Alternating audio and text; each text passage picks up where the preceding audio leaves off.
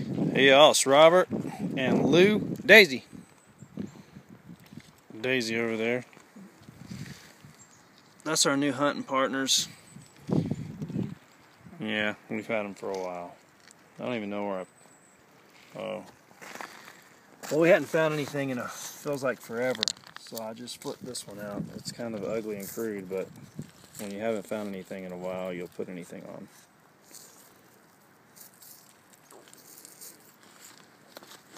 So I spent all last week in Texas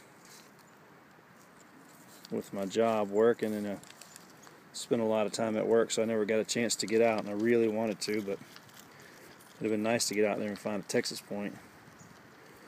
But that was a no-go. Maybe the next trip out there.